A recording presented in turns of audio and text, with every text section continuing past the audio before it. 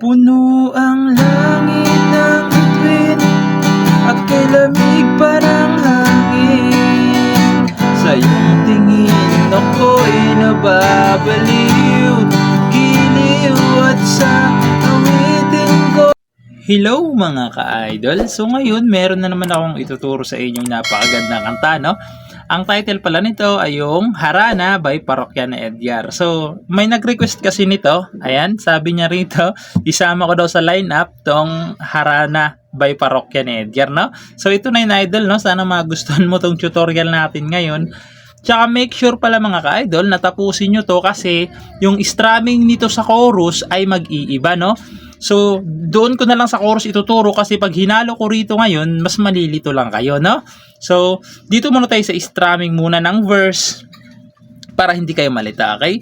So, yung strumming muna ng verse is ganito.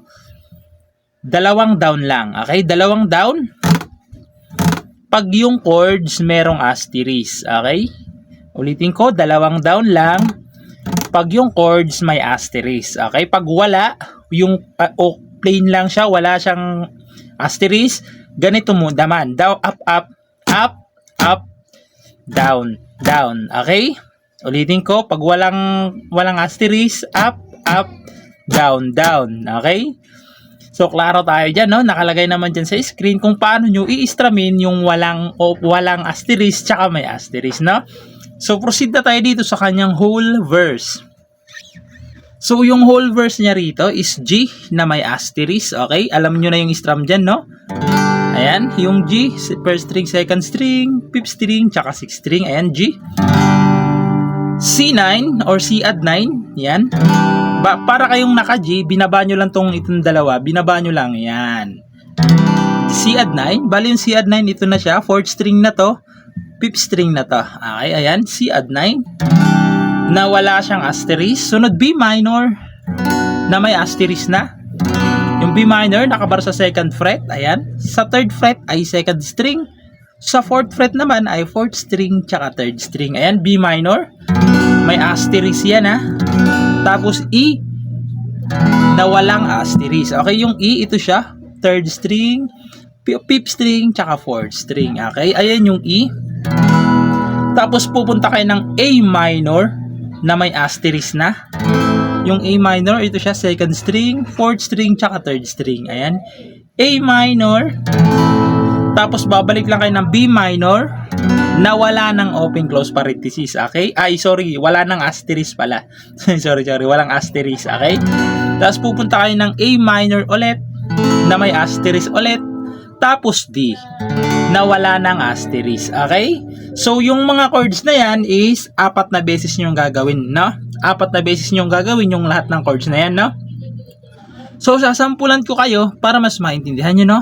So, yung strumming natin dyan mga ka-idol, no? Nakalagay naman dyan para hindi kayo malito. So, sasampulan ko para mas maintindihan nyo. So, ganito naman siya kapag kinantahan. Puso pa ba ang harana? Marahil ikaw ay nagtataka. Ay sino ba to? Mukhang gaaso, nagkandara pa sa pagkanta at nagsisintunado sa kaba. Tapos ulit lang, meron pandalang mga rosas, suot na may maong nakupas. Ulit lang ulit. At nariyan pa ang barkada, nakaporma, nakabarong sa awiting daig pa ang -1 at sing-along. Tapos chorus, puno ang langit ng bituin. So, doon na yun sa chorus, no? So, proceed naman tayo doon sa kanyang chorus. Dito sa chorus mga ka-idol, tulad ng sinabi ko kanina, mas maganda kung tinapos nyo tong video, no? Kasi dito mag-iiba yung ating strumming pattern, no? Yung mapapansin nyo dyan, meron na siyang open close parenthesis, tsaka yung strumming yung isa is marami na, no? So sa open close parenthesis is ganito lang, dalawang down lang, okay? Pag may open close parenthesis yung chords, okay? Nasa loob, dalawang down. Pag wala, ganito na siya. Down, down, up, up, down, down, down, up. Okay? So, ulitin ko lang. Down, down, up, up, down, down, down, up. Okay? Pag walang open close parenthesis yung chords. So, yung chords niya naman dito is C add 9 or C9. Okay? Na wala siyang open close parenthesis. Tapos G. Ay, sorry, B minor pala. B minor na walang open close parenthesis. Tapos A minor na nasa loob na ng open close parenthesis. Tapos D na nasa loob rin ng open close parenthesis. Tapos G na wala ng open close parenthesis. Okay? Pag nagawa nyo yan, babalik lang kayo ulit ng C add 9 or C9 na wala na namang open close parenthesis. B minor, wala ring open. Tapos A minor na nasa loob na ng open close parenthesis.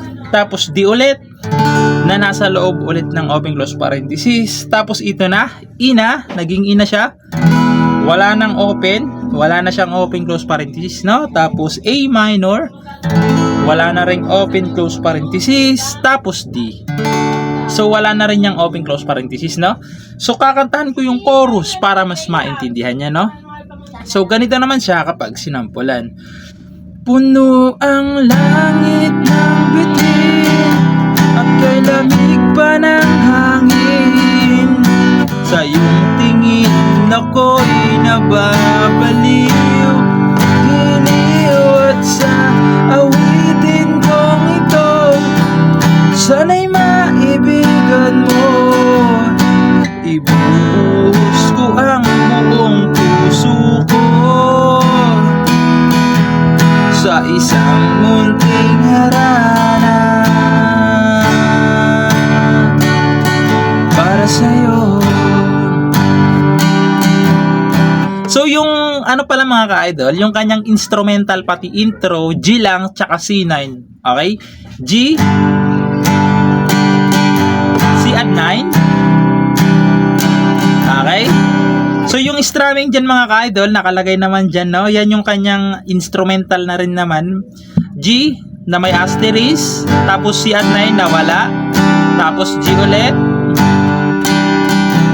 So yun yung instrumental niya is 3 times yung gagawin niya, okay? So ayun lang, sana nagustuhan nyo itong tutorial natin ngayon and goodbye!